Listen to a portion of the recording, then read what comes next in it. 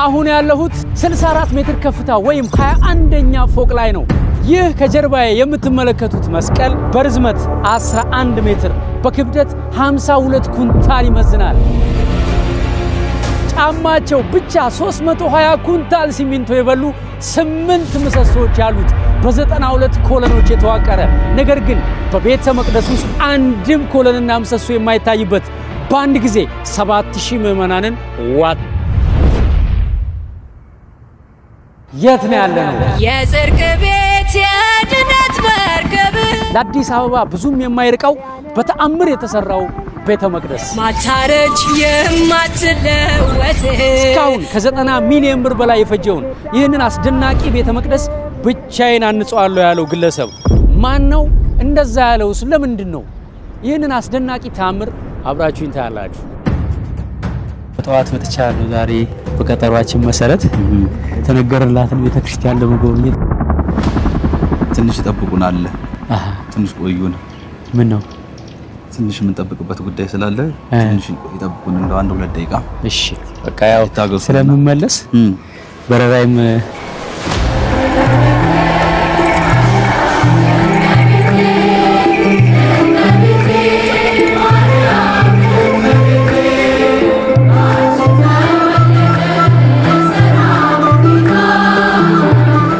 ዛሬ ምን አዘጋጅተው ነው የጠበቁኝ አባ?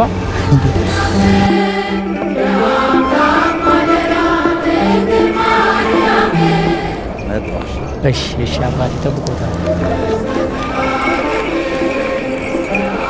የዛሬው የተለየ ነው።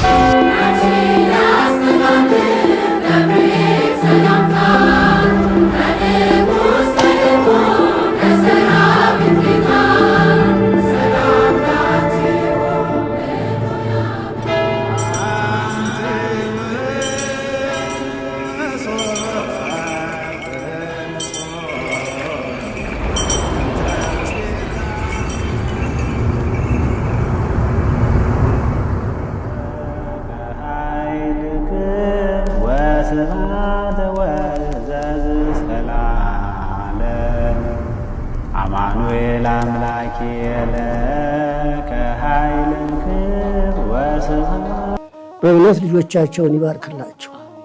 እንዲያው እንዲህ ያለ ህዝብ እነዚህን ህዝቦች ይዘን አሁን እኛ ደሆችን እንባላለን። የኢትዮጵያ ህዝብ ወርቅ ይዝነምለት፣ መከራ አይገባውም።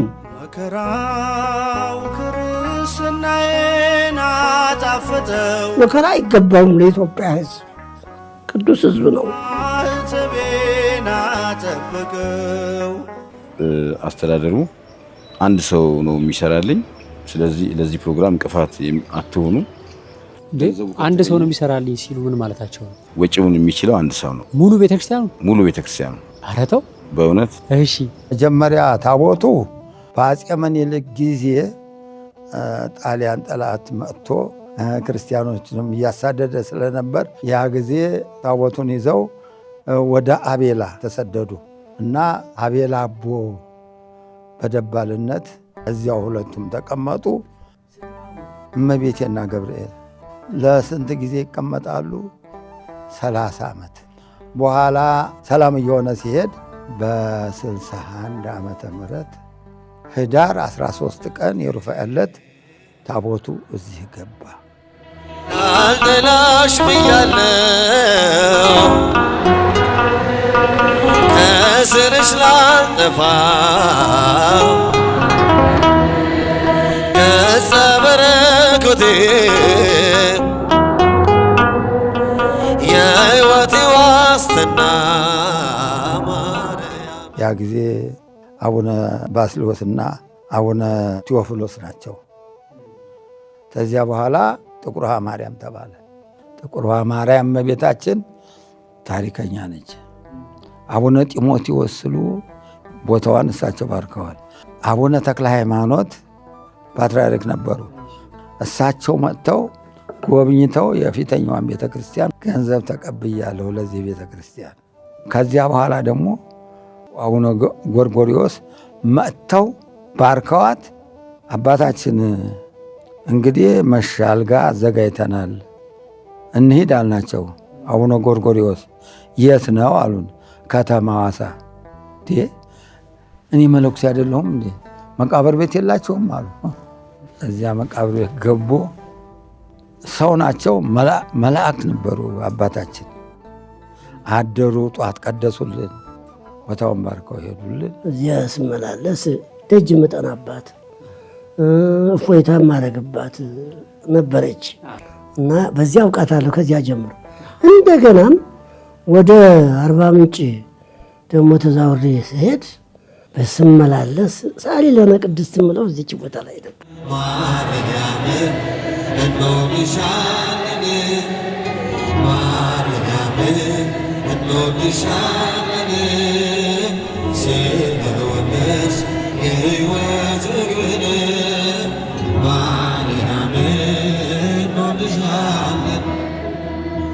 እኛም አሁን ያሉት አቡነ ጎርጎርዮስ ይመጣሉ።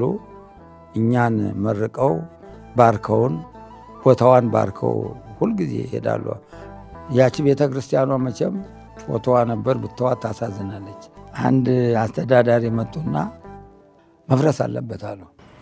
አስተዳደሩ አንድ ሰው ነው የሚሰራልኝ፣ ወጪውን የሚችለው አንድ ሰው ነው። ሙሉ ቤተክርስቲያኑ ሙሉ ቤተክርስቲያኑ። ኧረ ተው በእውነት እሺ። ይህንን የሚሰራ ሰው መጥቶ እናንተ መቃወም የለባችሁም በሚል ውዝግብ መጣ። ከዛ በኋላ ቤተክርስቲያኗ ፈረሰች። ታቦቱን የታረጋችሁት? ታቦቱን እዚህ መቃኞ ውስጥ ገባ።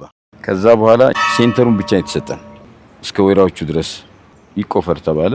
እስካቫተሩም ደግሞ በውሰት ተገኘ። ነዳችንን ብቻ እንሰራ። በዚህ መሰረት ይሄ የተገኘ ነገር ከዚህ ግቢ ሳይወጣ ኤክስካቫተር ከአዲስ አበባ ማጓጓዙ የሎቤዱ የምን ውድ ስለሆነ 5000 ቆፈር ነው ተቆፍሮ የሚጣደውም ደግሞ በአጋጣሚ ከቤተክርስቲያኑ ዙሪያ የነበሩ ጉድጓዶች ስለሚሞሉ እዛ ጋር እንዲያርፉን እና አፈሩ ተሸጠ ማለት ነው። የሚገርም ነው። እሺ ከዚህ በመቀጠል ኮንትራክተሯ መሃል ላይ ሴንተሩ ላይ ቀየሰች።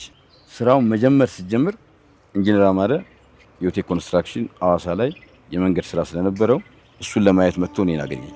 አባታችን እንደው አሁን ይሄ መቅደስ ስንት ሰው ይዛል በትክክል ማለት ነው በቅዳሴ ሰዓት? እስቲ በፊት ለፊት በር 50 ሰው አስገቡልን። አሁን ደግሞ በፊት ለፊት በር 50 ወንዶች።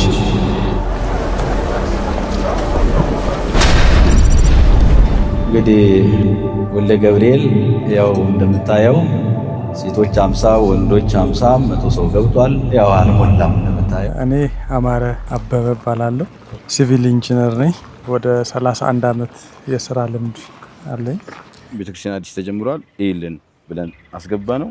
አንድ 300 ካሬ ላይ የምታርፍ አነስተኛ ቤተክርስቲያን ኮንክሪት ሊሞሉ ሲሉ ዲዛይኑን ሳየው ብዙ ስላልተመቸኝ፣ አንደኛ የተደራጀ ፕላን አላቸው የለም። አፈር ምርመራ ከ1 ሜትር ነው የተመረመረው። ስለዚህ መቀጠል እንደሌለበት ነገረን። አንደኛ በጣም ሰፊ ጉድጓድ ተቆፍሮ እጅግ በጣም ለቦታው የማይመጥን ትንሽ ቤተክርስቲያን ነበር ሊሰራ የታቀደ። በድጋሚ ከአማረ ጋር መተን የሆነ ፉቲንግ እየተሞላ ነው። ልጁ ድሮይንግ ይዟል። ምንድነው ይሄ ነገር? ይሄ ስንት ብር ነው የሚሞላው ታውቀዋለህ? 300 ሺህ ብር በአንድ ጊዜ እየሞላ በዚህ ድሮይንግ እንዴት ይሆናል? ስለዚህ ይሄ መቆም አለበት። ፕሮፐር የሆነ ዲዛይን መኖር አለበት። ቤተክርስቲያን እስከሆነ ድረስ አይመለከተኝም ብለህ የምታልፈው የለም። ስለዚህ ያው ይህንን ዲዛይን የሰሩት ያናገሩኝ ቀጣይ ስራ ማቀጠላቸው በፊት አስቆሚያቸው ሄድኩ። ከዛ በኋላ ነው ታሪኩ የሚጀምረው። 100 ሰው የገባ አይመስልም። እስቲ 100-200 ሰው ጨምሩ።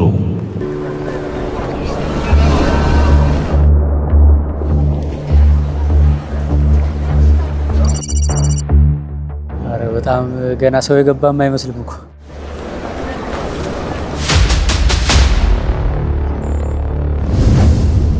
ኢንጂነር አማረ ቃል ሲገባልን እኛ ወደ ኢንጂነሯ ሄድንና በቃ ወጥ የሆነ ፕላን ከታች እስከ ላይ ያለው ከነ ኳንቲቲው ማወቅ መቻል አለብን። ይሄ ሲመጣ ፕላኑ ነገ እንሰጣቸዋለን ይሉናል። በእውነት እንሄዳለን። ከነጎዳ ይባላል። 2 ዓመት ሙሉ አስቆሙ። አዲስ አበባ እንሄዳለን። ፕላኑን ለመቀበል ማግኘት አልተቻለም። ለ27 ጊዜ ተጓዝን። የመጨረሻውን ዙር ከብፁዕ አባታችን ጋር ሄድን። የዛን ጊዜ ልናገኛቸው አልቻልንም። ከዛ በኋላ ሁሉም ነገር መጠናት አለበት ወደሚል ገባን። ይሄ ብቻውን ይሰራል የተባለ ሰው በአካል ይቅረብ። ቤተክርስቲያኑ የሚል መጣ። ወደ ሌላ የቴክኒክ ኮሚቴ እንዲደራጅ በአዲስ መልኩ እንዲሄድ ተደረገ። መጨረሻ የደብሩ አስተዳዳሪ እግዚአብሔር ጥበብን ይሰጣል፣ ጥበብንም ይነጥቃል። ስለዚህ እንዳስቆምከው ቤተክርስቲያን ማስቀጠል ግዴታ አለብህ፣ መፍትሄ ስጠን ተባለ። በዚህ ፕሮሰስ ውስጥ ብቻዬን ሰራለሁ ያለው ሰው ተገኘ። እኔ ለፕላን መስሪያ የሚሆነውን የፕላኑን ብር ልክፈላልኩ እንጂ እንዴት ቤተክርስቲያን ትንሽም ብትሆን ትልቅ ብቻዬን መስራት እችላለሁ እንጂ ያልኩም የሚል ሳይል ነው ማለት ነው ብሏል ተባለው። ከላይ 3500 ከስር 3500 7000 በድምሩ የሚይዝ ቤተክርስቲያን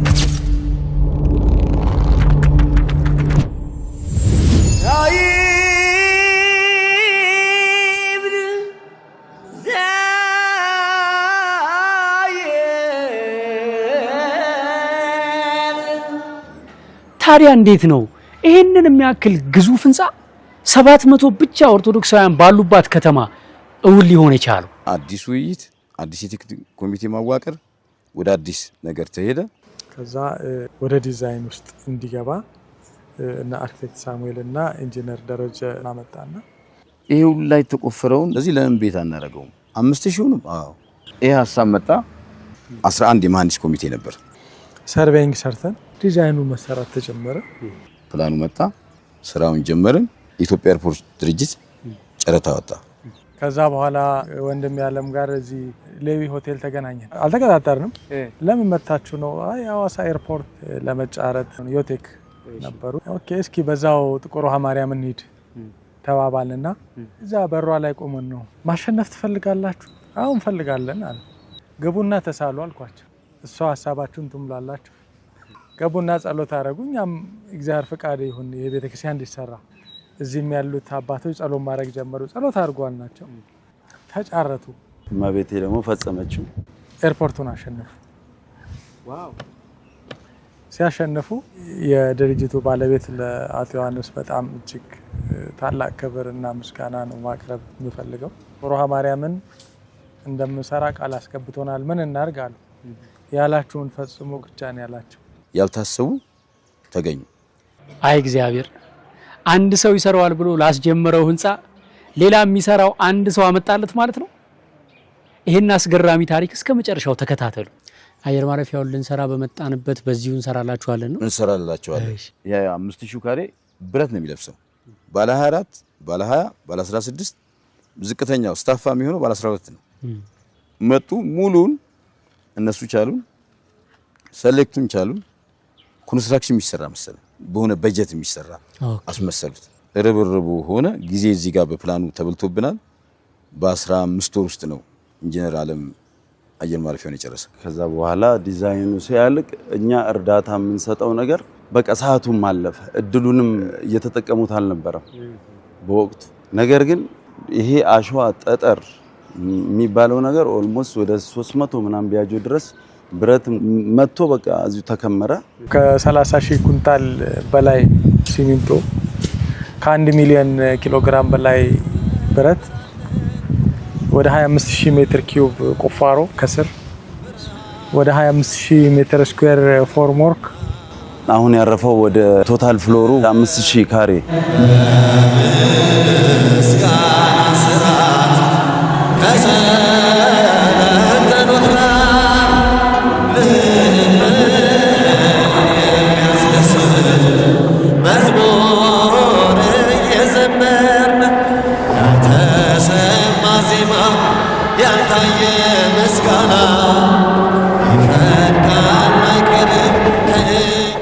የኛው ጉልላቱ ሊሞላ ከመሬት ወደ 13 ሜትር ከፍታ ላይ ወጥቼ ሳየው ደነገጥኩ። በቃ እኔ ራሱ ዲዛይኑን ሳየው፣ ምክንያቱም በአይንህ ከዚህ ወደዚህ እንደዚህ በአንድ እይታ እንኳን ውጭ ሆነ ውስጥ ሆነ ማችል ጥቂት ለሚሻ ሰው ያውቃል ብዙ መስጠት በማይጸኗ መቅደስ ሲቀደስ ኖረበት። እንደው ኢትዮጵያ ውስጥ ቀዳሚ ጸጋል አገልግሎት ብዙ ደብራት ሄዳል ብዬ አስባለሁ። በውስጡ አንድም ምሰሶ ሳይኖረው 5000 ካሬ ላይ ያረፈ ቤተ መቅደስ ገጥሞ ያውቃል? በጣም እስከዛሬ ድረስ ገጥሞ ያውቃል። የቤተ መቅደሱ አሰራርና የድንግል ማርያም ትህትና ይዛመድብኛል። የጥቁር ውሃ ምዕመናን እኛ ትንሽ ቤተ መቅደስ ነው የሚበቃን፣ ትንሽ ቤተ መቅደስ ነው የምንሰራው ብለው ነው ህንጻቸውን ያፈረሱት። ግን እግዚአብሔር የትልቁ ቤተ መቅደስ ባለቤት ነው ያደረጋቸው። ትንሽ የቤተ መቅደስ ነው የሚገባን ቢሉ እንግዲህ እግዚአብሔር እንደ ድንግል ማርያም ትህትናቸውን አይቶ አክብሯቸዋል፣ ከፍ አድርጓቸዋል ብዬ ነው የማስበው።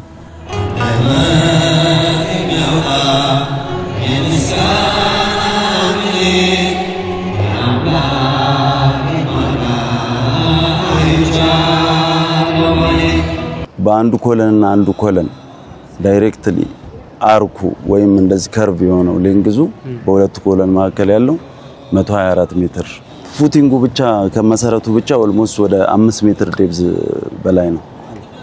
ያ ማለት ኦልሞስት ወደ 32 ቢያጆ ጠጠርና አሸዋ አንድ ተሳቢ ብረት እንደማለት ነው። አንዱ እግር እስከ ኮለኑ ድረስ ማለት ነው። እሱ ኦልሞስት አንድ 300 ካሬ ላይ ያለች ቤተክርስቲያን እንደማነጽ ማለት ነው። አንዷ 8 እግር ነው ያለው ጠቅላላ። እሺ ይሄን ምሰሶ ስንት ሰው ቢከበው ነው የሚሞላው? እንቁጠር። 1 2 3 4 5 6 7 19 ሰዎች ዙሪያውን ሲቆሙ ነው ምሰሶው ሊከቡት የቻሉት። የሚገርመው ግን እዚህ ጋር 19 ሰው መክበቡ አይደለም።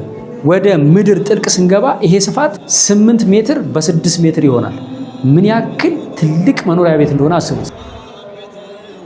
ምን አይነት ብረት ምን አይነት ሲሚንቶ እዚህ ውስጥ እንደገባ እንግዲህ ፈጣሪ ነው የሚያውቀው። ስለዚህ ያ የምታዩት ሜዳው በእነዚህ በ8ቱ ኮሎኖች ላይ ይወጣና 36 ሜትር ላይ ይገናኛል።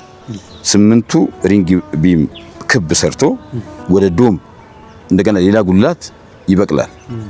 ሙሉ ኮንክሪት ነው። ዙሪያውን 188 ሜትር ነው። ይሄን ዲዛይን ለማድረግ ሪሊ ያው ከባድ ነው። ዲዛይነሮችን አፕሪሺየት ማድረግ ያለበት ነገር ነው። ሳሙኤል አፈወርቅ እባላለሁ። በሙያዬ አርኪቴክት ነኝ። 20 ዓመት በላይ ብዙ ስራዎች ላይ ተሳትፌያለሁ። እውነት ይመስላል ስታየው። መጀመሪያው ምናባዊ የሆነ ነገርን ወደ ወረቀቱ ታሰፍራለህ እና በዛ ሂደት ውስጥ ምንም እንኳን ከሌሎች ሰዎች ቀድመህ እንደ አርኪቴክት ባትነካውም እንደ መንካት ያህል ይሰማሃል። ያም ሆኖ ግን ቦታው ላይ ደግሞ ሆነህ ይሄ ነገር ተሰርቶ ስታየው እንደገና የሚገርምሃል። ይሄ በቤተክርስቲያን ደግሞ ሲሆን የበለጠ ይገርምሃል። እንደው ትልልቆቹ ምን ናቸው አንተ ዲዛይን ያደረጋቸው? ብዙ ስራዎች ሰርተናል። አዲስ አበባ ላይ ያሉ ትልልቅ ህንጻዎችን በደንብ አንጸናል። አብያተ ክርስቲያናትን ግን ለመጥራት ጻድቃኔ ቤተክርስቲያንን አዲሱ ህንጻ ማለት ነው። አዲሱ ቤተክርስቲያን እኔ ነኝ ዲዛይን ያደረኩት። እዚህ ሐዋሳ ከመጣ መድኃኔዓለምን አይታችሁት ይሆናል። የኛ ዲዛይን ነው። ሆሳዕና ትልቅ ቤተክርስቲያን ሌላም የማርያምን እየሰራን ነው። ይሄን የሚያክል ምሰሶ ስታስብ እንደዚህ ብታየው እንዴ አትፈራም እንዴ? ትንሽ እንኳን እንደሰው እውነት ነው ያስፈራል። አሁን እንግዲህ እኔ እንዴት ደፈርክ የምትለኝ እኔ አልመልሰው፣ ግን ይሄንን የሰሩ ደግሞ ሰዎችን ስታይ ያንን ድፍረት መጀመሪያኛ ላይ አጋብተውበናል ብዬ ነው ማስበው። ከኪሩቤል ይልቅ ጀርባዋ ተመቸው ንጽሕት ናትና የማትቆረቆረው። እንዲህ አይነት ግዙፍ ቤተ መቅደስ የት ይሰራ ብንባል ኦብቪየስሊ አዲስ አበባ ነው የምንለው። ለምን የሰው ገንዘብ አቅም ያለው ኢንጂነሮች ያሉት ሪሶርስ ያለው አዲስ አበባ ነው ብለን ነው የምናስበው፣ ወይም ትልቅ ከተማ ነው የምንጠራው። እግዚአብሔር ግን የተመቸችው ጥቁሯ ነች።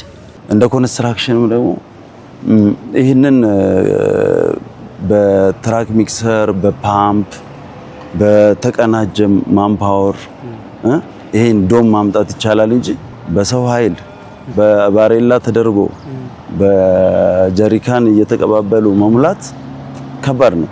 አይደለም ካለም ከስጋና ከደም ያወቅኩት ያንቺስ ከዚህ ከአርሲ ነገሌ ሐዋሳ ያለውን ፕሮጀክት የሚሰሩ የቻይና ካምፓኒ አለ። እሺ የዛን ፕሮጀክት ስራ አስኪያጅ ይዤው መጣሁ ላስጎበኘው። እሺ በጣም ሰርፕራይዝ ሆነ። አየው ባቺንግ ፕላንቱ የታለ ይሄንን የሚያህል ኮንክሪት የምትሰሩት? ከዛ እንደ ሚክሰር አለች 350 ሊትር የምታቦጋ ሚክሰር አለች። የኛ ባቺንግ ፕላንት ይችናታል። እኛ ኮንስትራክሽን ላይ ስንሰራ አንድ ሚክሰር 10 ይበላሻል። ምንም ሳትበላሽ እንደ ሙዚየም መቀመጥ የምትችል ሚክሰር ይሄን ሁሉ እንግዲህ ይሄ ወደ 8000 ሜትር ኪዩብ ኮንክሪት ነው። እስካድማስ ትክብደርስ ክብርሽን ልገልጽ 8000 ሜትር ኪዩብ ራፍሊ 1000 ትራክ ሚክሰር እንደማለት ነው። ተካከልሽ ፍጥረት 1000 መኪና ቦቴ መስሎ ትራክ ሚክሰሩ ሚክስ አድርጎ የሚሞላው እንደማለት ነው ባጭሩ በአንድ ሚክሰር። ይሄ እንግዲህ መቤቴ ስራ ነው እንጂ እንደ መሐንዲስ ከባድ ነው። እኔም ትውልድ ነኝ በዘይት ልሻለው ጠጠር ያው የሚገርም ነው እንግዲህ ጠጠሩን የዛ የሚጸልዩ ካህናቶች የነሱ ይመስለኛል እንጂ እኛም ኃጢአተኞች ነን።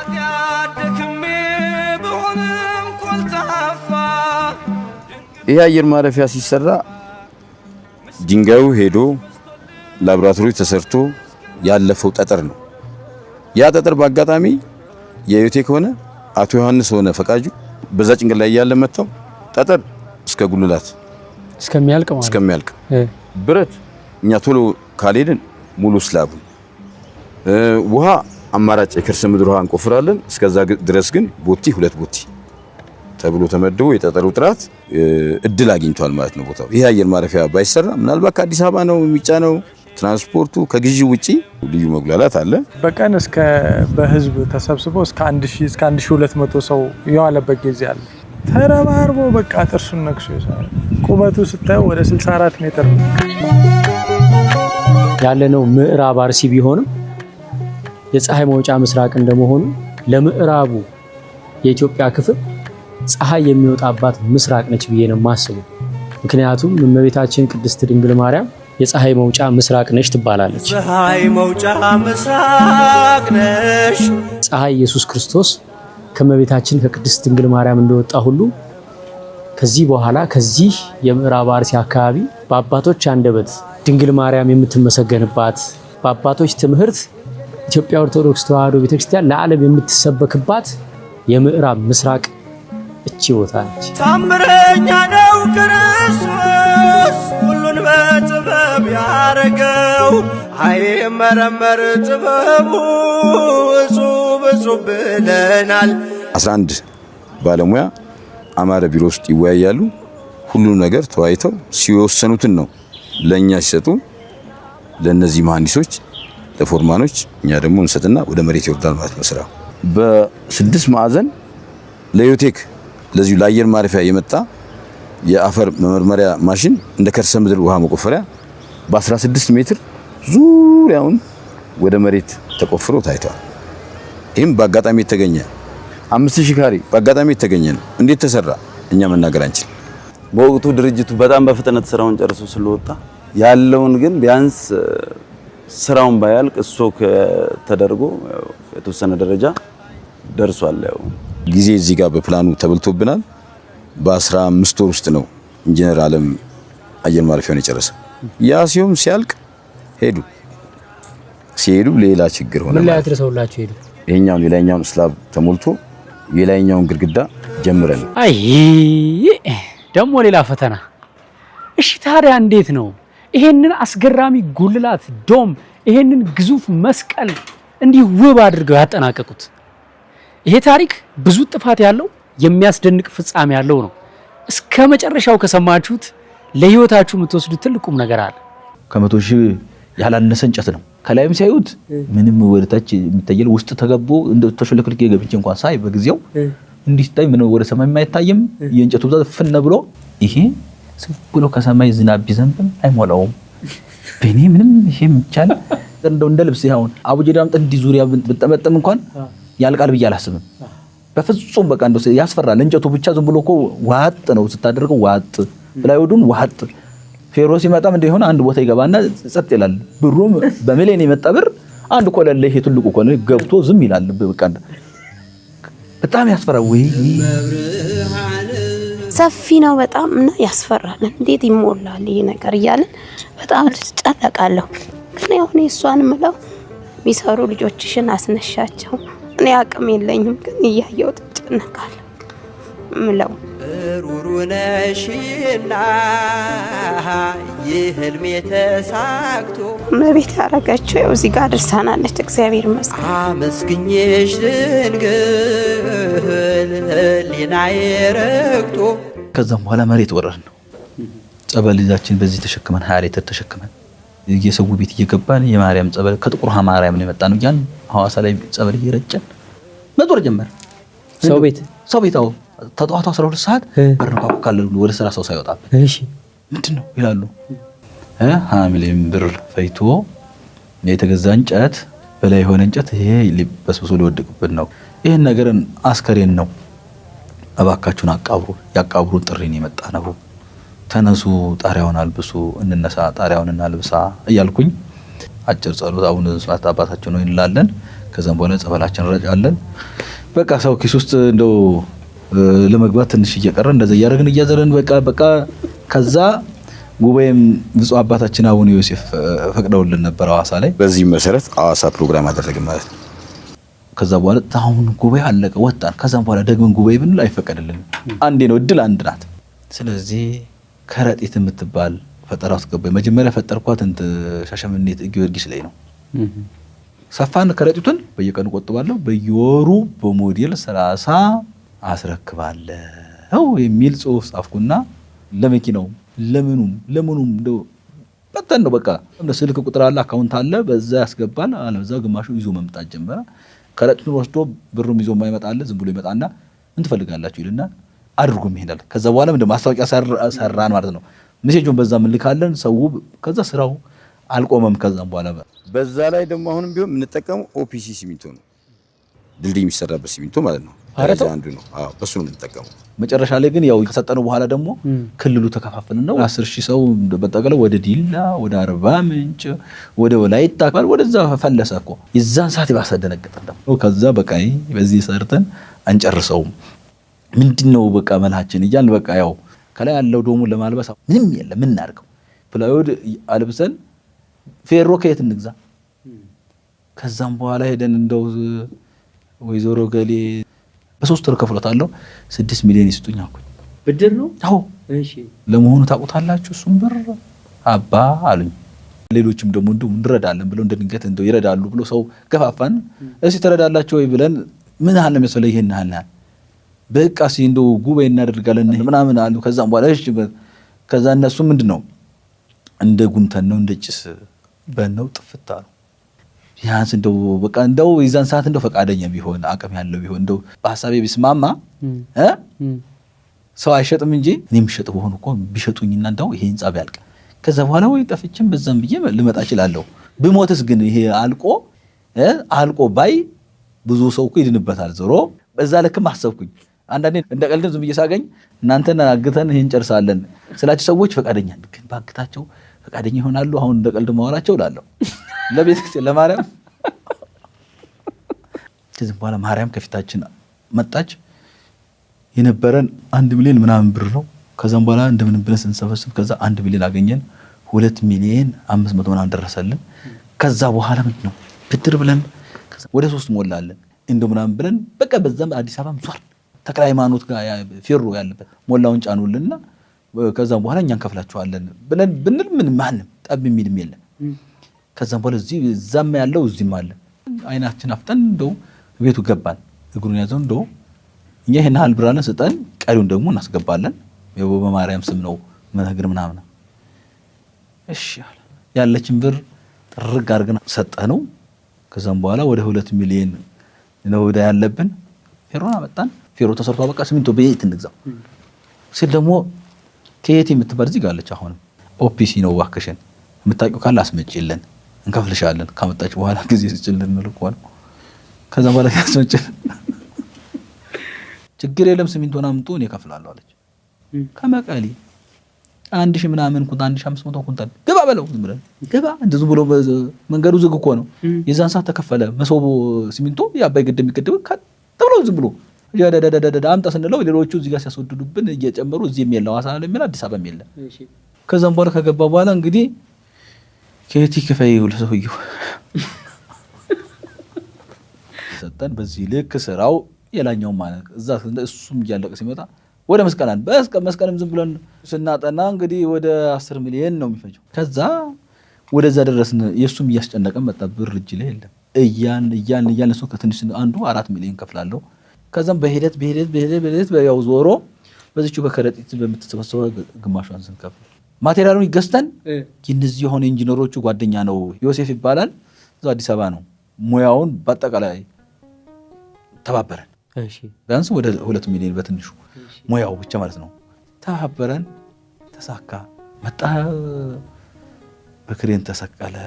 የማይታይ ታየ ተዳሰሰ እንደሰው በጠባቡ ደረት አዳምን መሰለው። ላይ ያለው መስቀል 52 ኩንታል ያችን ለማስቀመጥ 100 ቶን ክሬን ነው መጥቶ ያስቀመጠው። እዛ ጋር ስንሰውም እንደው ደስ አለው ልል ብሎ አሾልከን እናስገባው ስንል እንደው በደቂቃ ውስጥ እንደው ሰው ወጥቶ እንደው የሚያስደምም ማታ ላይ ነው። በቃ እንደው ወጣ ዝም ብሎ ማንም ክላሽ አንስቶ በለው በተኮስ እንዳለ እንዴት በደስታ ተቆጣጣረው። በቃ ክርስቲያኑ ምናምን ተቆጣጣረው። እሺ ጭንቀታችን በዛ ልክ የነበረው በቃ ምጥ የነበረው እዛ ጋር ደርሶ ማየት ጀመርን። ትማርካለች ሁሉን የጥቁር ውሃ አበባ በጳጳሳቱ ንቦቹ ላለች እና ተከባ ነው። በጣም ይሰቀጥ ነገር ነው የምነግራችሁ። ጓደኞቹ ሙስሊሞች ናቸውና ግዛው ይባላል። ስራው እንዳይቆም ስራው ቆመ ማለት ለክርስቲያኑ ሞራል ጥሩ አይደለም፣ ለሰው ሞራል ጥሩ፣ ለሰራተኛ ሞራል ጥሩ አይደለም። ስለዚህ እስኪ አንዱን ኮለን እንኳን ቻለናል ነው እዚች ጋር ቤተ መቅደስ ኮለናት እሷን ስጡኝ ብሎ ወደ 6 ሙስሊም ጓደኞችን ይዞ መጣ። ሌሎቹ ክርስቲያን ልጆች አሉ። ህብረት ፈጥረው መጡ። ነገን ሞላለን፣ በጣም ጥሩ ምሳዙ ይዘጋጅልን፣ በጣም ጥሩ። ልክ ማታ ከምሽቱ 1 ሰዓት ላይ በፌርሙዝ አድርጋ ለመሄድ አጥሚት ታፈላለች ሚስቱ። ብረት ድስቱ ግልብጥ አለና ጻል ልጁ ላይ ጀርባው ላይ እንዳለፈሰሰባት ሙሽ ልክ አለች። የነገ ፕሮግራም ማን ያስባል? ልጅ እንደዛው ነው። እንደምንም እየተለቃቀሱ ነጋ። ጠዋት ሐኪም ቤት አትሄድም ልጅ ያለ በፍጹም የማርያምን ኮለን ሳልሞላ አልሄድም ብሎ ህፃኗ ልጅ አሁን የትልቅ ልጅ ሆናለች። ህፃኗ ልጅ ይዘው መጡ። እዛ ጋር ተቀመጠች። ባለቤቱ በሉ ለህፃኗ ሲባል አጣርፍ ተባለ። የሰማም ሰው ግዛው እንደዚህ ነው ያደረገው፣ ልጅቷን አልወስድም ብሏል፣ መፈተን አልፈልግም ብሏል ተባለ። እሳት ነው ያው ይሄ በባህላዊ ዘይት ምናምን እዚህ ሞኖክሶች ቀባብተዋት ቃጠሎ ትንሽ ቀንሷል። ቢሆንም በየሆነ ደቂቃ ተለቅሳለች። በፍጥነት ያኮለን ተሞላ። በኋላ ምሳ እነሱን እያበላን ምን እያለን ሌሎች ልጆች ህፃኗን ይዘው ሐኪም ቤት ሄዳ አሁን ጠባሳው እንኳን ብዙ የለም እና እንደዚህ አይነት በዚህ ቤተክርስቲያን ታሪክ ውስጥ አለ። ለምሳሌ በድሮ ጊዜ ግብዣ የሚጋብዘው ያው ህዝቡ እያዋጣ ነበር። 10 እንጀራና 1 እንስራ ጠላ አንጡ ይባላል። ያንን አንጡ ስንል እስላሞቹ ይቀድማሉ። በእውነት ይቺ ውስጧ ታውቃለች። ንግስ ሲሆን ላነገሰው እህል ሳይቀምስ ሳይበላ ሳይጠጣ አንድም አይሄድም። ያ ጊዜ እንዲህም ህዝብ አይበዛ። ንፍሮም ቀቀሉ፣ ቆሎም ቆሉ። የዚያን ጊዜ እናቷ ደም የሚባሉ ነበሩ፣ እናቶ ሰማን የሚባሉ ነበሩ፣ ትልልቅ ሰዎች ነበሩ። የነሱ መሶብ ይቀድማል። በእንስራቸው ይዘው በገንቧቸው ይዘው ሙስሊሞቹ ይቀድማሉ። እኛም ደስ ሲልና እንቀበላቸዋለን። እንግዲህ ኮንክሪት ለመሙላት ኮንክሪት አይቋረጥም ብያቸዋለሁ። እንደ እንጀራ ነው የምንጋግረው። ይህ ማለት አንዴ ሲዞር 500 ኩንታል ይበላል። ስለዚህ ምን ያስፈልገናል? ሰው። ስለዚህ ህዝቡ በጥሩምባ ይጠራል። የሐዋሳ ህዝብ በእውነት ምስጋና ያንሰዋል። የጥቁር ህዝብ በተመሳሳይ በጥሩምባ ይመጣል። 1000 ሰው ጣሪያ ላይ እናወጣለን። 1000 ሰው መቀባበል ነው። በዚህ አጋጣሚ ታዲያ እነማን ይመጣሉ? ፕሮቴስታንት ወንድሞቻችን፣ ሙስሊሞች ወንድሞቻችን። ይሄ አካባቢ ላይ ለሀገር ምሳሌ የሚሆን ህዝብ ነው ያለው። የሙስሊም ጾም ሊሆን ይችላል። ይሰራሉ። 7 ሰዓት ሲሆን ይወርዳሉ፣ ይነጠፍና ይሰግዳሉ። በተጨባጭ አሁንም አሉ። ቤተ ክርስቲያናችን አሁን ፈረሰች ምላቸውን ስንሰራ እኩልተኛ አዋጥተው እኩልተኛ ጋር ነው የሰሩት ሙስሊሞቹ። አቶ ሰማን ኑሪ የሚባለው ግማሽ ቆርቆሮ ቻለ። እንደገና አንዱን መዝጊያ እሱ ቻለ። ቤተ ክርስቲያኑ አንድ እንደው እንደ ጩኸት እንደ ደወል ተሰማ እንደ አደጋ ነገር እስላሞቹ ቀድመው ነው የሚገኙት። እውነት እኔ ለማዳነቅ አይደለም ማምላከን ያለውን ነው ያለው ያየሁትን ነው። እድሜም ጥሩ ነው። ይሄ 120 ሺህ በ115 ብር እንጨት። ይህ እንጨት ፕሮቴስታንት ነው እሱ ነው ያቀረበልን። እሱ ያስገባል እንጂ ስለ ብር ነገር እኛ ስንፈልግ ነው የምንሰጠው። ይሄ ሸክላ የመጣው እንግዲህ ከምዕራብ ኢትዮጵያ ነው። ይሄ ደግሞ በአጋጣሚ አሁንም እዚህ ሀገር ያለ ልጅ ግን ለሹፍርና ጅማ ሄደ ልጅ ነው። ጅማ ላይ 5 ብር ነው አለ። 5 ብር እርግጠኛ ነው በል የተወሰነ ላክና ቴስት እናስደርግ ብሎ መጣ። ዩኒቨርሲቲ ወስደን አሳየናቸው። የከሌ መኪና ሳርጭኖ ጅማኔ ያለው ወዲያው መረጃ ተሰበሰበ። ስለዚህ በ5 ብር ተገዛና ለ3 መኪና ብቻ ነው ብር የከፈልነው። ሌላው ሸክላውም የተገዛው ሙስሊም ልጅ ነው። እሱም አንድ መኪና ሙሉ በነጻ ሰጠን። እኔ ምን ያለው ከፕሮቴስታንት ቤተሰብ ነው የተወለድኩት። ተወልጄ የሚያደግኩት በፕሮቴስታንት ቤተሰብ ውስጥ ነው። ግን እዛ እምነት ላይ ሆኜ ከህፃንነቴ ጀምሮ ከሐዋሳ እዚህ በእግር ንክስ ሲኖር እሁድ ሰንበት ሲኖር መጣ ነበር ከጓደኞቼ ጋር። ድንግል ፈቅዳና ወዳ በቤቷ ደግሞ እሷን እንድሰራ ፈቅዳልኛለች ብዬ ነው ሁሌም አስበው። ስለዚህ ከዛ አንፃር ያው ማገልገሉ ፈተና ቢኖርበትም በቃ ለድንግል መሰጠትን ለድንግል ማገልገልን ግዴታ እንዳለብኝ ስላመንኩ ነው በርካታ ነገሬን ትቼ እያገለገልኳት ያለሁት። ቅዱስ ላሊበላ በዘመኑ ወደ ሰማይ ተነጥቆ በእግዚአብሔር ፊት ጽርሐ አርያም ደርሶ እግዚአብሔር ራሱ ላሊበላን እንዴት እንደሚገነባ ፕላንና ንድፍ ሰጥቶት መላእክት አግዘውት ይሄው ለሺህ ዓመታት የቆየ ድንቅ ነገር ሰራ። እኛስ በእኛ ዘመን ሁሌ ታሪክ አውሪ ሆነን ቀርተን ነበር። ታሪክ አንሰራም እየተባለ ብዙ ጊዜ ይወቀሳል። እኔም እንደዛ ይሰማኝ ነበር። አሁን ግን የማያቸው አስደናቂ ነገሮች በእኛም ዘመን ዋጋ እየከፈሉ እናትና አባቶቻችን ታሪክ ለመስራት እየተፍጨረጨሩ ነው። የልጅ ልጆቻችን ሲያዩት ይሄ ምንድነው ሲሉ ሃይማኖት ይሰብካል፣ ቤተክርስቲያን ይባላል። ለምሳሌ እዚህ ጋር 6 የኮንክሪት ምሰሶዎች አሉ። እነዚህ ለምን 6 ሆኑ ሲባል የስድስቱ ቃላተ ወንጌል ምሳሌ ነው። 6ቱ ቃላተ ወንጌል ምንድናቸው ሲሉ መጽሐፍ ቅዱስ ገልጣችሁ አንብቡ ቢባሉ ሃይማኖት እንዲህ ይሰበካል። ይሄ የኛ ዘመን ዳግማዊ ላሊበላ ነው። ወይ እጅሽን ለውስጥ ስትገነቢ እንዴት እዚህ ደረሰ ጥያቄ ይገርማል። አይ ምእመና፣ አይ የኢትዮጵያ ሕዝብ እንደው እግዚአብሔር ይቅረባችሁ። ጥንካሬው በውጭ ያለው ምሰሶ ደግሞ በዕለተ ምጽአት የሚመጣ ነፋስ ይገፋው እንደሆነ ነው እንጂ ከዛ ወዲህ የሚመጣ ነፋስ አይነካው። እንደው ግሩም ነው አሰራራቸው። እመቤቴ በእውነት እንወድሻለን፣ የእውነተኛ መብልን ክርስቶስን ወልደሽልን፣ ምክንያተ ድኅኖይ ድንግል ማርያም የአምላክ መገኛ፣ በአማላጅነትሽ በመታመን እንጮኻለን እኛ። ምሕረትን አሰጭን ኪዳነ ምሕረት የዓለም መዳኛ። በአንድ መሰረት 2 ቤተ ክርስቲያን ሰርታችሁ አይተናል። ብርቅና ድንቅ የሆነ ስራ ተሰርቷል። ለትውልድ የሚተላለፍ ቅርስ ነው። እግዚአብሔር ይባርካችሁ። አክሱንም አይተናል። ግርማዊ ቀዳማዊ ኃይለ ሥላሴ ነፍሳቸውን ይማር የሰሩትን በጣም ጥሩ ነው፣ ሰፊ ነው። በአንድ መሰረት ግን አንድ ቤተ ክርስቲያን ነው። ይሄ በአንድ መሰረት 2 ቤተ ክርስቲያን ነው። አሁን የቆምንበት አንድ ቤተ ክርስቲያን፣ አሁን ከቆምንበት በታች ያለው ደግሞ በጣም ሰፊ ቤተ ክርስቲያን ተሰርቶ አግኝተናል። እጣን ሲታጠን ብዙን ጊዜ እጣን ሸክላ ላይ መቅረት እድሉ በጣም ይሰፋ ነው። ስለዚህ ቤተክርስቲያኑ ዝግ ሆኖ ብትመጣ ስትሳለም ቤተክርስቲያን ይሸታል። ለሁሉም ስሟን ጠርቶ የሚያፍር የለም። በውስጡ ለመኖር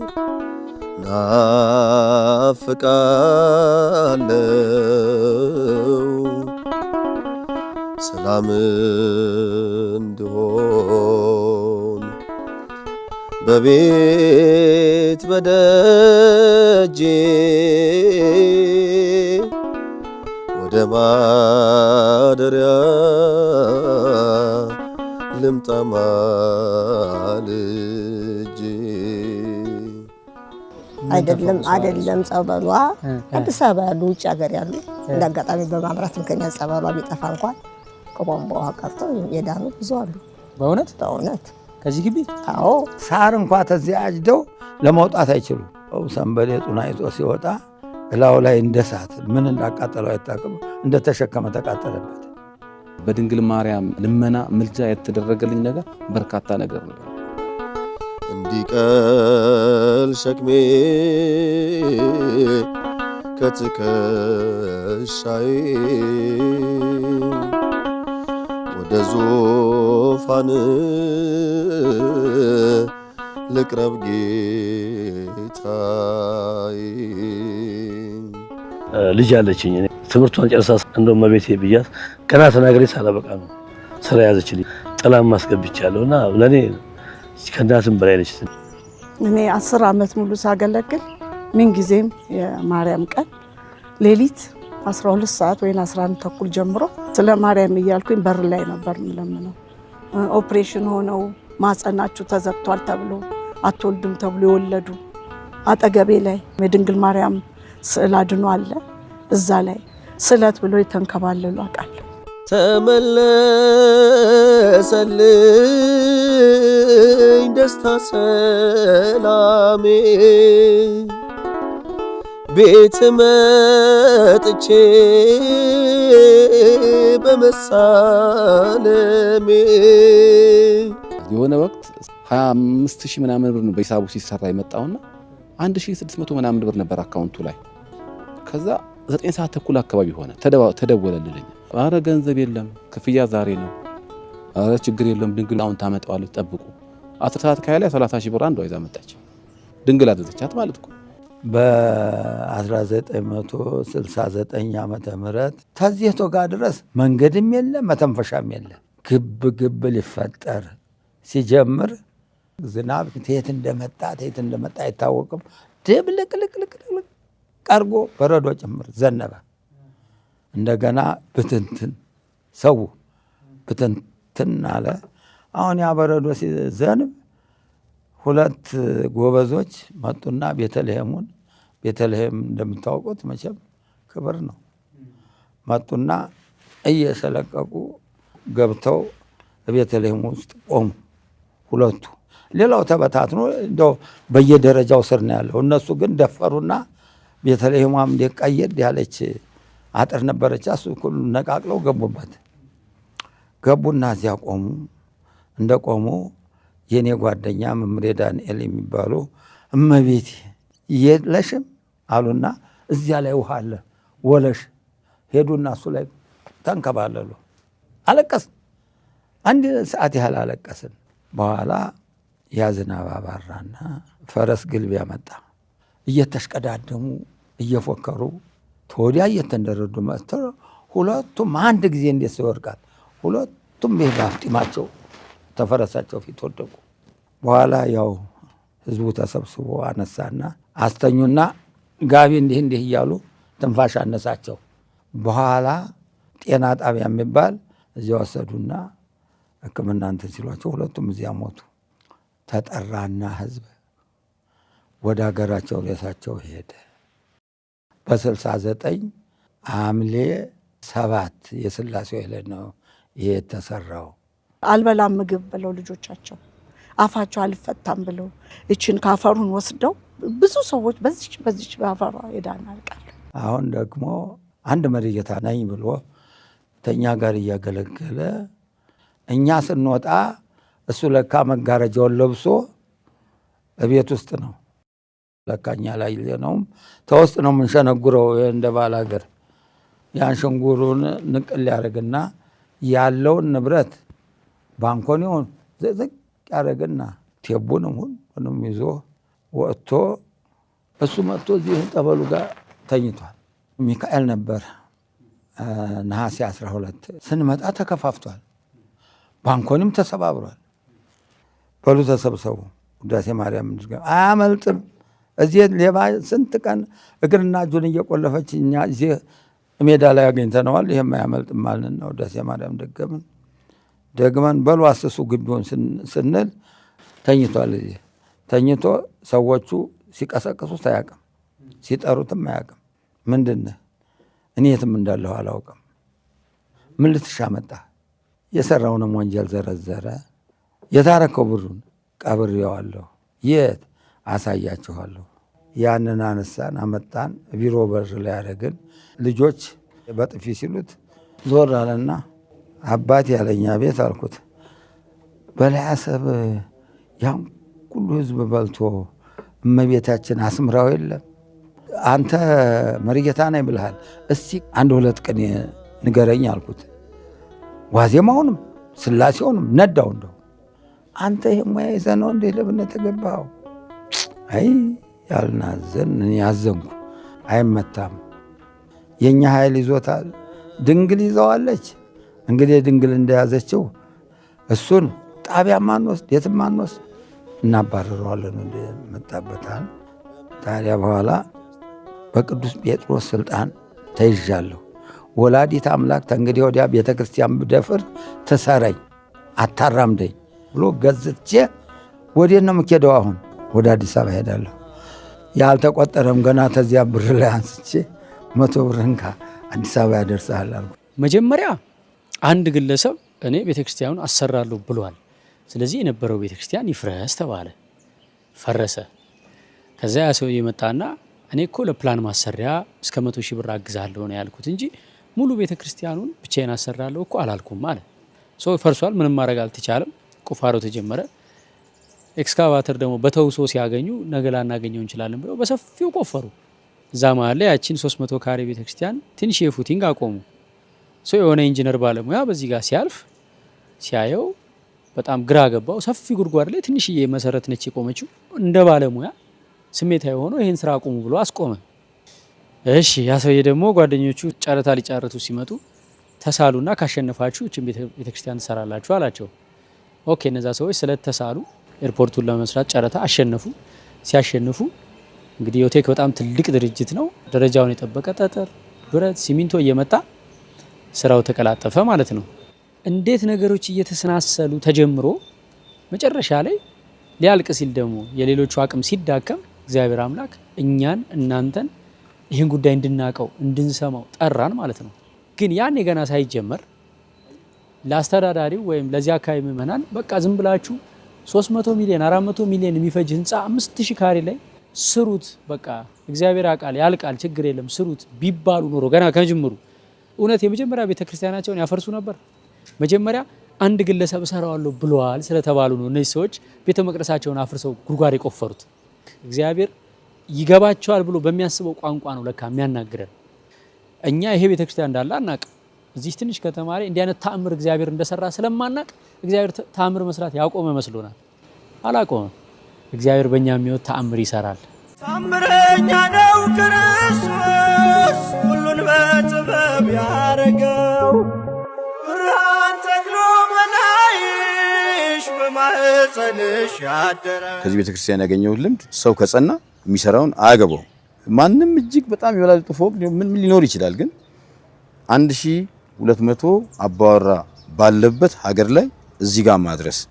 ለምሳሌ ስቴንሌስ ስቲል በጣም ዋጋ ውድ ነው። መስቀሉን ሲሰራ አንድ ሙስሊም ለሆነ ምንድነው ስሙ ሊፍት ገዝቶ ያስቀመጠውን ባለ 12 የሆነ ቦታ ተገኝቶ ሊገዛ ካሰበበት 3 ቀንሶ ተገዛ እና ብዙ ድንቃ ድንቅ ነገር አስተምሮናል። አሁንም እኔ ደጋግሜ የምናገረው እኔ በጣም ኃጢአተኛ ነኝ፣ ግን እግዚአብሔር በእውነት ለካ የሆነ በቃ ኃጢአተኛን ነው የሚከተለውና አሰርቶኛል። እጅግ እኔ ነገ በሞት ደስተኛ ነኝ። በቃ ከውስጥ ሳይሆን እንዲህ ብሎ ሳይሆን በቃ አሁን በመሰሶ ነው መሀልኛ ገጠር ቤት ይሄ ነገር እንደዚህ ይቻል ይሆን እላለሁ። ደግሞ ይቻላል። በገጠርም ሰርቪስ ሰርተን ከተሰራ በኋላ መሰሶን ያወጡታል አንዳንድ ቦታ ላይ እና ጭምጭማቱ ይዘዋል። ይሄን ማገሩ ምናምኑ ያለው እንደዚህ ይዘዋል እንዴ። ግን ይሄ እኮ ትልቅ ነው፣ ይከብዳል። መስቀሉ ምኑ ከአናቱ ላይ ያስቀመጥ ነው። እዛች ትንሽዬ ሸክላ ነው አናቱ ላይ ቁጭ የምናደርገው። ምንም የሚከብድ ነገር የለ። አሞራ ባያርፍበት ነው። ገው ብሎ በመኪና በዚህ ሲያልፍ እግዚአብሔርን 3 ቀን የወጣውበት ቀን አለ። ማርያም ዘልዬ ወደቀ እንደ ጣሪያ ውዬ።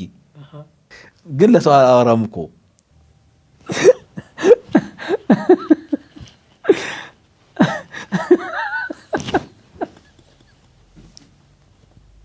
መስቀሉ 52 ኩንታል ስለሆነ ከላይ ያለው ፈሩት።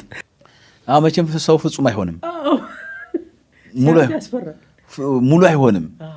በነገራችን ላይ ለመንገድ ስራ የመጣ የቻይና ሚስተር ሉ የሚባል ሰው አለ። ግን አሁን ያላችሁበት ደረጃ ባትሞሉት ይሻላል ያለ አደጋ አለው። ዋተር ፕሩፍ ወይም የውሃ ስርገት መከላከያ ስራ ይፈልጋል። ጉልላቱ ከላይ አለዚያ ውሃ ያስገባል። እላው ላይ ደግሞ ግራናይት ወይም ደግሞ ሞዛይክ መሰራት አለበት። ይሄ ነገር በዚህ ተንጠልጥሎ ከቀረ የተሰራው ጣሪያ በርካታ ዝናብ ሲፈስበት አንድ ክረምት አልፏል፣ ሁለተኛ ክረምት ይመጣል፣ አደጋ ውስጥ ነው ያለው። በነገራችን ላይ የትኛውም እቃ እዚህ የምንጠቀመው ገንዘብ ትንሽ ነው ያለን ብለን ትንሽ ኳሊቲ አንጠቀምም። በቃ የሚሰራውን እግዚአብሔር ነው የሚያዘጋጀው ብለን ነው የምንጀምረው። ስለዚህ ጥርት ያለ ማቴሪያል ስፔሲፋይ እናደርጋለን። እኛ ቀድመን መንበሩን አሰርተነዋል። 3 መንበር የዛሬ 2 ዓመት ፈጅቷል መንበር ለመስራት። አሁንም ቢሆን ቀጣዩ ያው እሱ ያውቃል እንግዲህ ወንበሮች አሉ፣ መጋረጃ፣ ቀለም፣ ስዕል አድኖ፣ ምንጣፍ፣ የኤሌክትሪክ ዙሪያውን ሳውንድ ሲስተም፣ ሜካኒካል ሲስተም፣ መሬቱ ግራናይት መሰራት አለበት። አድሄሲቭ አለ፣ የመብረቅ መከላከያ፣ ሌሎች ስራዎች አሉ፣ ኤሌክትሪክ ስራዎች ገምተን አጠቃላይ ዝርዝሩን አውጥተነዋል። ጭንቀቱ በዛ ልክ ያው የዚህ ህንፃ ማቋረጥ ጭራሽ ፍራቻ መጣ። አይን ቅንድብ ኩሎች በዚህ ልክ የሚያንቀጠቅጡ ሆኑ። የሰው ልጅ እርቃኑን ሲታይ ያሳፍራል፣ ያሳዝናል፣ ቢወጣ ብርድ ይመታዋል። አምላካችን ደግሞ በዚህ ቤት ህልው ሆኖ የሚገለጽበት ድንግል ማርያም ደግሞ ስሟ የሚጠራበት ከምንም በላይ በዚህ ልክ ራቁቱን ሆኖ የጠራናቸው ነገሮች ሁሉ በአጠቃላይ ለዚህ ቤተክርስቲያን ልብሶች ናቸው። የጥቁር ማርያም ስትጀመር ባለ 4 ብረት 840 ብር ነበር፣ 6900 ብር ገብቷል። አሁን ኦፒሲ ሲሚንቶ 220 ብር ነበር ስንጀምር 2600 ብር። ፊትኛ ምንገዛው ሁለት ሲሚንቶ አሁን ተረጋግቷል። በመሃል ግን ይሄ አደገኛ ውስጥ ነበር። ስለዚህ አሁን ለመጨረስ እንግዲህ 270 ሚሊዮን ብር ከባት በፊት ያውም ያሁኑ ዋጋ ማለት ነው። አመት የዛሬ 2 አመት እያለ ሲሄድ ወደ ቢሊዮን ይሆናል ማለት ነው። መጽሐፈ ነህምያ ምዕራፍ 2 ከቁጥር 20 ላይ አንድ ቃል አለ። እሱ የሰማይ አምላክ ያከናውንልናል፣ እኛ ባሮቹ እንነሳለን ነው የሚለው። በዛ ለሚከናወኑት ድርጊቶች ሁሉ እግዚአብሔር ሁሉንም ቢችልም እኛ ግን ቁርጠኞች መሆን እንዳለብን 3 ነጥቦች ነው የሚያነሳቸው። ከሞት አትርፎ ይሄን እንዳይማድረጉ አንድ ተአምር ነው ለኔ። የሚያልቅ ይመስሎታል? ያልቃል። እንዲያው አልቆ እንዲያው ሌላው ቀርቶ እንዴት በመቋሚያም ተደግፌ ቀድሸበት በማግስቱ ልሞት ነው የኔ ምኞት። ይሄው እንደምታይ ነው ያስለኛል። አስማ አለብኝ፣ ግፊት አለብኝ፣ ሱካር አለብኝ። ተብትቦኛል ከእድሜ ድቅ 89 ዓመቴ ነው። ስለዚህ ድረስ ተንከራውሶ መምጣት ቀላል ነው አይደለም። የእግዚአብሔር ቸርነት አይደለም ነው። ታዲያስ አዎ አሁንም ደግሞ ወይ ጨምሮልኝ ይሄን ሲፈጽም አይ ይሆናል እኔም ሳልሞት ወይ ቅዳሴ ቤቱን ላከብር ይችላለሁ ብዬ ተመኘው። ትልቁ ስራ ተሰርቷል። ሰው ምንም ሳይኖረው እግዚአብሔር ተስፋ አድርጎ እግዚአብሔር ሰራ ብሎ ይጀምራል ሰው። አሁን ደግሞ እግዚአብሔር አምላክ ይሄ ሁሉ ሚዲያም አባቶች መጥቶ በአጭር ጊዜ ውስጥ በ2 ዓመት በ3 ዓመት ውስጥ አልቆ እንመርቀዋለን ብዬ ነው የማስበው። ክርስቲያን አይፈራም። እመቤቴን ያልቃል። ማን ነው ተኋላው ያለው? መድኃኔ ዓለም እኮ ነው። መላእክቶችን እኮ ይልካል እሱ። ልጆች ሞልተዋታል። እዚህ ያደረሰ ማን ነው? እግዚአብሔር። ታዲያ ምንድን ነው እግዚአብሔር የት ሄዳ? አሁንስ እመቤታችን የለችም እንዴ? በእሷ ጸሎት በእሷ አማላጅነት ችግር የለውም። አሁን እኮ እናንተ አደራ ተሸክማችሁ ነው እኮ የሚኬዱት። አያችሁታ? ምንም አያስተኛም። አውቀዋለሁ የቦታውን። ሰዓሊተ ምሕረት የሰውን ስለት የሰውን ልብ መርምራ የምታውቅ የሰውን ልብ ደግሞ እንደመረመረች ምሕረት የምትሰጥ የአምላክ እናት አሁን ያልቃል። ማቴሪያሉን ገዝታችሁ የባለሙያውን ከፍላችሁ ጨረሳችሁ ቤተክርስቲያኑን ብታስረክቡን ይሄ ነው ምኞቴ። አይቼው ከዘብተኛ ደስታዬ ነው። በዚህ ልክ የምታዩት ፕሮግራም ተራውን ጠብቆ በ4ኛው ዓመት ዛሬ እዚህ ጋር እንግዲህ የተገኙት ብፁዓን አባቶች እንግዲህ ለዚህ ቤተክርስቲያን ግዙፍ ስለሆነ ትልቅ ስለሆነ ሰፊ ስለሆነ የዓለምን ሰው እገዛና ድጋፍ የሚፈልግ በመሆኑ የአካባቢው ካህናት ከሐዋሳ ከሻሸመኔ ሁሉም ደብር ተውጣቶ በዚህ ልክ የምታዩት ክብረ በዓል ሳይሆን ለዚህ ለግዙፉ ህንፃ አብራችሁን ለመጮህ ነው በጋራ ኮሜዲያን እሸቱ ታዘዘን ይሄንን ህንፃ ጨርስ ሸክማችንን ተሸክመህ አሳርፈን ለማለት ነው በጋራ ለመጮህ ነው ዛሬ እዚህ ጋር ብፁዓን አባቶችም የተገኙትና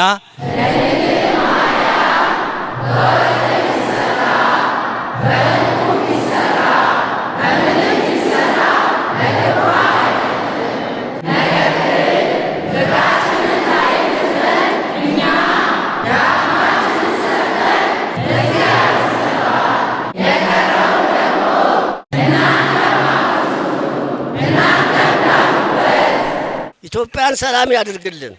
እንግዲህ ልጃችን እሸቱ የኋላ እሸት ብየዋለሁ እኔ ደግሞ እና በርትተህ ጩህ ለዓለም አሰማ እግዚአብሔር ያበርታህ ምክንያት ያድርግህ ቅድስተ ቅዱሳን ካንተ ጋር ትስራ። ቤተ ክርስቲያንንም በስሜ የሚሰራ በስሜ የታረዘ የሚያለብስ የታመመ የሚጎበኝ የተራበ የሚያበላ የተጠማ የሚያጠጣ ሴት ልጅና ወንድ ልጅም በእኔ ስም የጠራ አቤቱ ዓይን ያላየውን ጆሮ ያልሰማውንም በሰው ልቦና ያልታሰበውንም በጎ ዋጋውን ስጠው።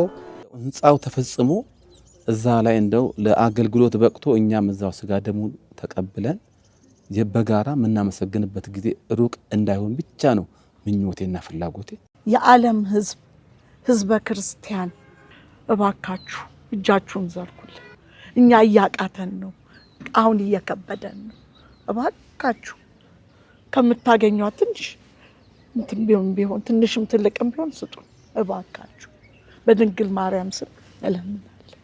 አሁን ደግሞ ከዚህ በኋላ ያለውን የዓለም ህዝብ ሌላም ዜጋ የሆነ ቢተባበረን በቃ ተረባርበው እንዲያስጨርሱልን በእመቤቴ ስም ጠይቃለሁ። ሰው ፊኒሺንግ ቤቱን ጨርሶ ሲገባ ያው ራሱ ነው የሚገባው። እዚህ የሚገባው የክርስቶስ ቅዱስ ስጋውና ክቡር ደሙ ነውና ለድንግል ማርያም ብሎ በእውነት እጁን የዘረጋውን ደግሞም አቅም ሳይኖረው በልቦናው ደግሞ ቢኖረኝ ዘረጋለሁ ብሎ ያሰበውን ሁሉ እግዚአብሔር ይባርክልን። በእውነት የእያንዳንዱ እንቆቅልሽ ደግሞ ድንግል ማርያም ትፍታለን። ዓለም አውቆት ይተባበር።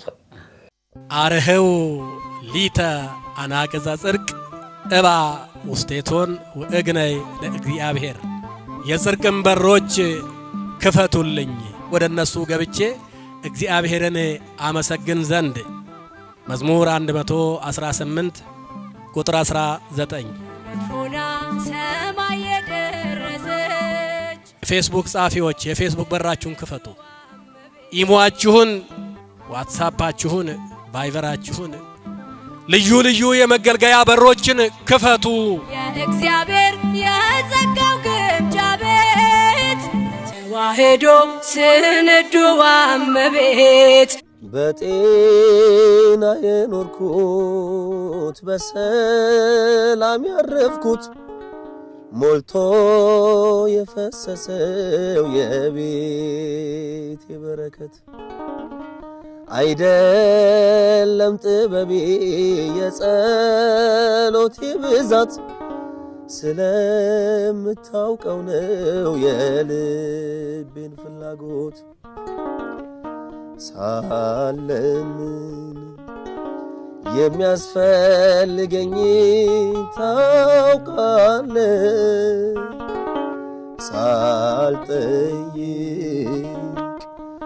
የሚያስፈልገኝ ታውቃለ ብቻ ጤናን ስጠኝ አልጥፋ ከቤት እንዳመሰግን። በዚህ በስክሪኑ ላይ በምታዩት ባርኮድ ወይም ከቪዲዮ ስር ባስቀመጥነው ሊንክ ወገን ፈንድ በተሰኘው ኢትዮጵያዊ የገቢ ማሰባሰቢያ ፕላትፎርም ሁላችሁም ከመላው ዓለም ገንዘባችሁን ዶኔት ማድረግ ትችላላችሁ። በፓውንድም በዶላርም በዩሮም በብርም ብታስገቡት በቀጥታ እዚህ ስክሪናችን ላይ ያሳየናል። ግባችን በዚህ ቪዲዮ ብቻ 60 ሚሊዮን ብር ነው። ይህንንም ዶሙን ዋተር ፕሩፊንግ ለማሰራትና ሞዛይኩን ለማልበስ ነው። ይህንን በትክክል ተፈጽሞ ካየን ላይቭ ገብተን ቀሪውን ከ150 ሚሊዮን ብር በላይ ደግሞ በቀጥታ ስርጭት እናሰባስባለን። ከዛ በፊት ግን ካሜራ ይዘን መተን የተሰራውን ስራ አሳይተን ነው ወደ ቀጣይ ስራ የምንሄደው። ስለዚህ እንደ መነሻ ሌላ ላይቭ ስርጭቱ ሳንገባ በዚህ ቪዲዮ ብቻ እኛም አቅማችን የፈቀደውን አድርገን የመጀመሪያውን ጥያቄ ለመመለስ ያብቃን። የበላይ ሰብ እመቤት በኃጢአት የቦሰቆልኩ በበደል የደከምኩ ሁሌም ወደ ኃጢአት የመመለስ ደካማው ልጅሽን እሱን በጥርኝ ውሃ ድነት እንዳስገኘሽለት እኔንም ልጅሽን ለመቅደስሽ አቅሜን የቻልኩትን ሁሉ አድርጌ በላይ በመንግስት ሰማያት ጽድቅና ኃጢአቴ ሲመዘን በትንሿ እስራኤል ጥላሽን ጥለሽ የብርሃን መግቢያ በር እንድትሆኚ እማጸንሻለሁ። ለኔስ ልዩ ነሽ እመብርሃን ላንቺ ምስጋና አላገኝ